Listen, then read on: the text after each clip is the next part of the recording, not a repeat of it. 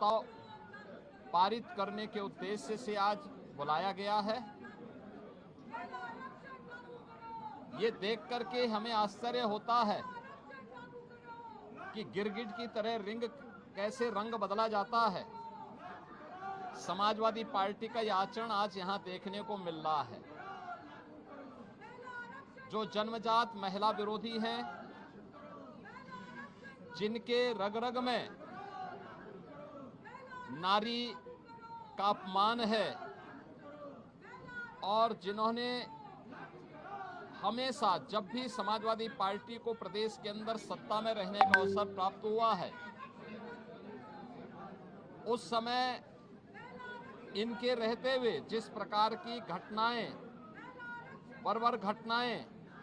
महिला संबंधी अत्याचार और क्रूरता की हदें पार की हैं, वह जग जाहिर है। हर व्यक्ति जानता है कि समाजवादी पार्टी की सरकार के समय स्लोगन ही बन गया था कि देख सफाई बिटिया घबराई। स्टेट गेस्ट हाउस कांड हो या प्रदेश के अंदर अलग अलग समय में इनके नेताओं, इनसे जुड़े हुए पदाधिकारियों और समाजवादी पार्टी और कांग्रेस की महिला विरोधी आचरण को देश पहले ही जानता था, लेकिन इनके पास एक अवसर था अपने मुंह पर लगी हुई उस कालिक से मिटाने के कि नारी शक्ति बंधन अधिनियम के प्रस्तावित संशोधन में ये लोग सहयोग करते, लेकिन इन्होंने वह अवसर भी चूका है और अपनी महिला विरोधी छवि के लिए कुख्यात हो चुकी कांग्रेस, समाजवादी पार्टी और इंडी गठबंधन लगातार इस मुहिम में लगी हैं कि किसी भी स्थिति में यह संशोधन और यह अधिनियम लागू न होने पाए। इसके लिए इन्होंने वे सारे प्रयास किए जिन कारणों से प्रदेश के अंदर या देश के अंदर अव्यवस्था की स्थिति पैदा हो।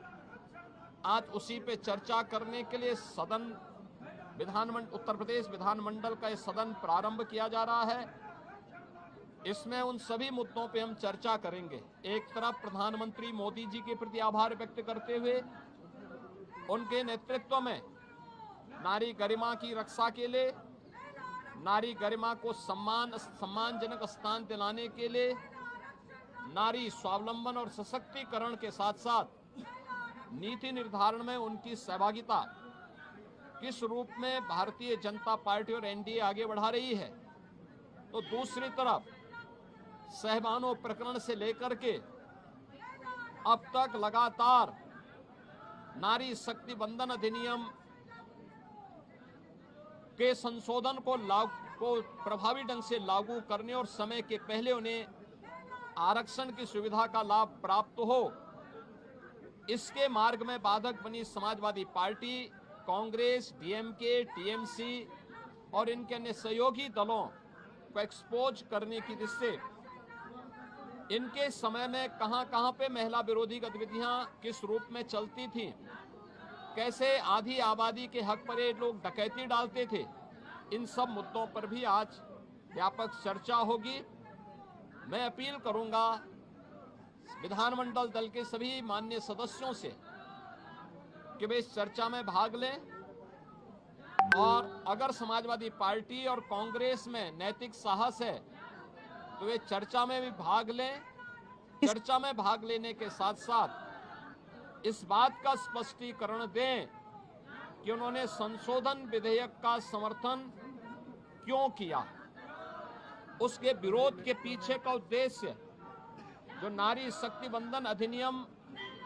संशोधन विधेयक का विरोध करने के पीछे की उनकी मंशा क्या थी, इसके बारे में स्थिति को स्पष्ट करें।